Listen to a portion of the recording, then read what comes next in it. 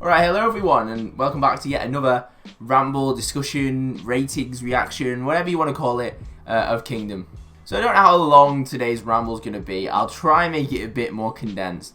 We'll talk about the three performances first, and then we'll talk about the shit show of the ratings, and obviously all the dodgy stuff that's gone on with how suspiciously odd the ratings are. But we'll talk about all that later in the video. First of all, let's go through the performances really quick. But if you do want a full in-depth reaction to the performances, I'll have a link in the video description where I react to all the performances, so I'm not going to go through them that in detail here. So first up was Stray Kids. I mean, Stray Kids had an incredibly imaginative performance. They had so many elements in it which were just so creative. The way they used the sheet on the floor with the bodies, and they had the hands reaching through the boxes, and they had so much stuff. They just had so much stuff. It was so well done. It was so professional. It was just great. It was a really, really, really top-notch performance. I still think that, and this might be a bit controversial, but I do think that they probably can do more to show their individual sort of strengths, like obviously like a legendary group like BTOB do, where like I know what each member's strengths are just from watching Kingdom. You know, I know who's good at watching Stray Kids because I follow Stray Kids. But if I was watching Kingdom as someone who never heard of Stray Kids, like a Korean person who never heard of Stray Kids, which is unlikely because bloody everyone's heard of Stray Kids, but got the biggest fandom in the competition practically, aren't they? But I do wish they'd show more individuality in what they're doing, show their actual talents off rather than just having their own sort of lines. But as a group, as a whole, their performances have been, like, the bar is set by them, in my opinion. They've been phenomenal throughout, as shown obviously by winning the first round. And I think the ratings in this episode were pretty fair, to be honest. But we'll get onto that in a bit. But I think they deserved where they placed. They did a great job. They're just a really solid all-round group. I'm nitpicking. Next up, we had Ateez, and Ateez, oh my days! They went from 0 to 100 real quick. I didn't like the way performance that much. I thought it was a bit boring. Not boring, it was just that it was like they were setting up for the rest of the performances. It really was like a prelude. I don't know how you call it. The bit before the story. Like an epilogue, I think it's called. But don't quote me on it. I don't know. But it was more like that to me. I think it was a good performance. But if you compare it to their performance they just did of Wonderland, oh my god. It's not even in the same league. They don't even look like the same group. I think they did an absolute incredible job. You know, oh my god, having to pick up 2 rap verses as well is so hard, and the energy just didn't stop. Yeah, I just thought the fact that Hong Jong, I've probably just butchered his name, haven't I? But I think that Hong Jong took over Mingi's lines, because Mingi had obviously the first rap verse, I believe, in Wonderland. Maybe I'm wrong. I feel like I'm getting confused. But the fact that he took over both verses and still had constant energy throughout, I thought was so impressive.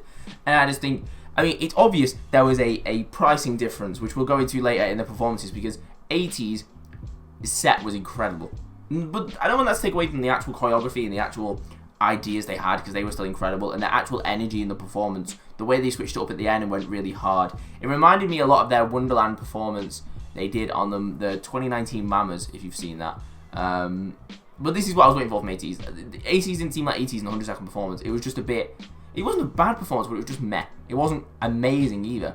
But they brought the heat this time. Going from 5th to, you know, 1st place. Yes! They brought the sauce and they did well. And finally, SF9. I think they did a really good job. I had to read more... I mean, I will admit, because I didn't know what the performance was based on, I had to read into it. And until I watched the full episode last night, I didn't understand the fact it was all about this, like, perfume killer. I think it's like based on a theatre play. I'm not 100% certain, but I know there was a really good meaning behind it now. But I didn't get that when I watched the initial performance. But I still thought it was great even without that. I think they had so many clever camera tricks again, just like in the 100-second performance. I just think they did so many things well. It was ridiculous. Like, they just... Like, the ratings for them were criminal. Like, they did so well. I don't think they were the worst group at all. We'll get into this in a minute, but, like, you know, the other groups basically went SF9 sucked. which is just completely unfair. The fact that nobody put them in the top 3. It's crazy. But I thought the performance was amazing. I have nothing else to say on it. I'm not going to ramble about it because I'm going to ramble a lot about it in the ratings now. So we're going to talk about the ratings and the controversy here. Obviously, the controversy here is that the teams were meant to get about 5 million. I think it's the Korean currency. I probably just messed up. Which is about 4.5 grand, I believe. In British pounds, God knows what it is in your currency, but in British pounds, about 4.5 grand. £4,500 for the budget. And it's quite clear that the top 3, which was Ateez, Stray Kids, and the BOYZ, got more money, or were allowed to use more money. Like, it's pretty. If you look at the differences in the sets, it's night and day. You know, it was crazy how much more of a set the 3 of them had. So that was kind of bullshit. But if we exclude that, if we take away the controversy, I kind of agree with the top 3. I think Ateez just had such a leap. They deserve first place. Stray Kids easily deserve second place. I believe Stray Kids and Ateez actually got the same score from the other groups. I think they both got the same amount of points. Ateez are just first because they got a higher professional review. So yeah, I think they deserved it. I think Ateez deserved first place. Because the thing is, you know Stray Kids are going to overtake anyway on the public vote. They've got by far the biggest fandom. Like, they're going to overtake on the public vote. Ateez are going to drop down. Probably to second, maybe to third. I hope only to second. I think the BOYZ should stay in third. The BOYZ performance was excellent. They didn't do anything wrong. It was just that Ateez was so freaking good. And Stray Kids had so many unique ideas. But for me, the 3 of them, they were just more creative. They had more ideas. It was more impactful. It was just... I get why they were the top 3. But of course, they also had a bigger budget to achieve this. So... you got to kind of be like, you know... And I believe... I mean, I'll double check now, but I'm pretty sure they also got the top 3 from the judges, right? If I'm not mistaken. Yeah.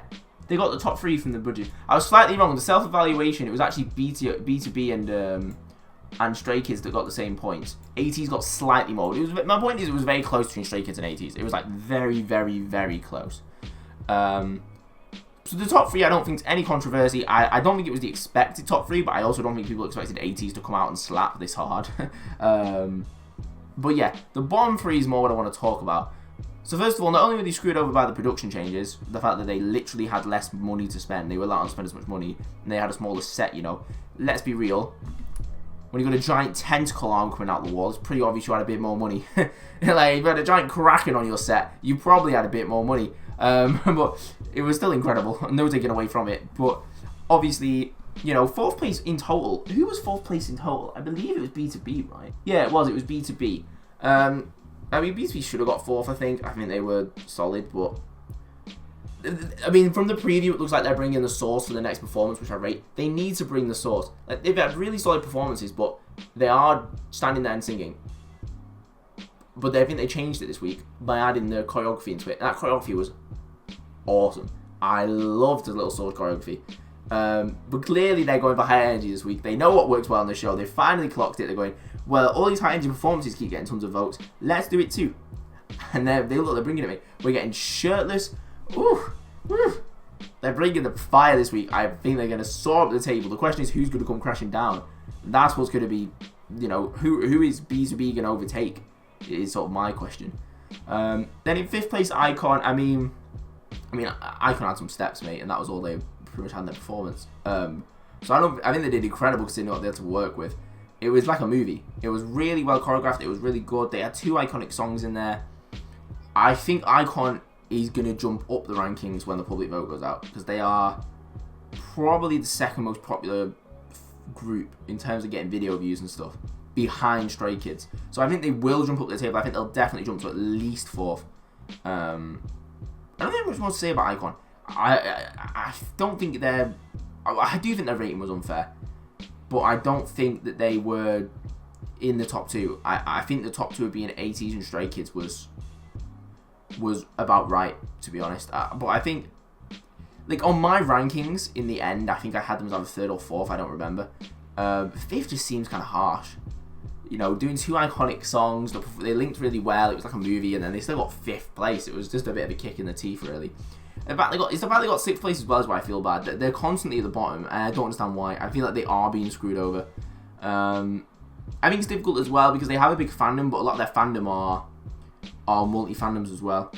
A lot of people know them obviously from Killing Me and from Love Scenario, and so I think that maybe not as many people are voting for them because just the sort of audience is different. The audience is more people who enjoy K-pop and have those two songs as their sort of favourite songs, plus then this really hardcore dedicated fan base. Whereas, I mean, if you go on Twitter, mate, Stray Kids is like, it's like every single bloody tweet is Stray Kids. It's like, you know, it's crazy. So, but I do think they're the second most popular group in terms of the public. I think they'll get a lot of votes, and I think they will go up the table because they're not far behind at all. If you look at this chart, they're only about 600 points behind BTOB, and I think they could quite easily close that gap. The only team that's really miles out ahead is Ateez really at the moment. But then last place, what I really wanted to talk about is the fact that SF9 got 0 points. So they came, I believe it was second to last, fourth was it? They did okay in the self-evaluation. It wasn't great, but they did okay. That's not the point I'm trying to talk about. The self-evaluation, they got 0 points. Like, I'm not in here. Zil point. 0. That means every other group member who voted did not rate SF9's performance in their top 3. It wasn't even number 1. Pretty sure it was the top 3. They got 0. I just don't agree with that. I don't see how none of them thought this deserves to be in the top 3. Like, oh, it's just harsh. Especially when, you know, like, oh, it's just harsh, I think. It's just harsh. I mean, I understand it's a competition, but I just don't think they didn't deserve 0 points. It was a good performance, like, especially in the next closest group was like 500 and something, which is iKON, I think. It just didn't sit right with me. They got 0 points. I don't know how they got 0 points. I've always said I think they're the dark horses competition. I think they will come back from this, but seeing them get 0 points, it was so sad. It was so sad to watch. Yeah, it just sucked. I felt really bad for them. I don't know how much else to say about that. I just felt really bad for them. I felt really bad for iKON. I felt really bad for SF9, but I felt so much worse at SF9 because they got 0 points from self-evaluation. Like, that is, like, all the other groups have basically gone, we think you're the shittest. And that is, I just feel so bad for them. They didn't deserve, they just didn't deserve it, is I think the problem. I do think SF9's performance probably what should have been, like, I don't think it was top 3, but it wasn't last. It wasn't 0 points. Like, it was good. It was, yeah. I'm rambling again now, but you see my point. 0 points is a travesty. But look, tell me what you think in the comment section. I know some of my opinions might be a little controversial, but I'm just speaking my opinion. That doesn't mean it's everyone's opinion. You know, have a discussion with me in the comment section down below. I hope you all enjoyed this video. Like I said, I'm a tiny ass channel. Please subscribe if you're new around here, and hopefully I'll see you on the next video. Please don't forget to subscribe. Thank you so much for watching, and yeah, see you on the next video.